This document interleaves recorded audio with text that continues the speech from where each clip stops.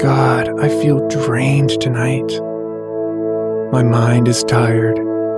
My thoughts are heavy, and I don't feel like I have anything left. I've been thinking too much, worrying too much, carrying too much, and now I just feel empty. But you are the one who restores. You are the one who renews. So I come to you as I am, tired and overwhelmed.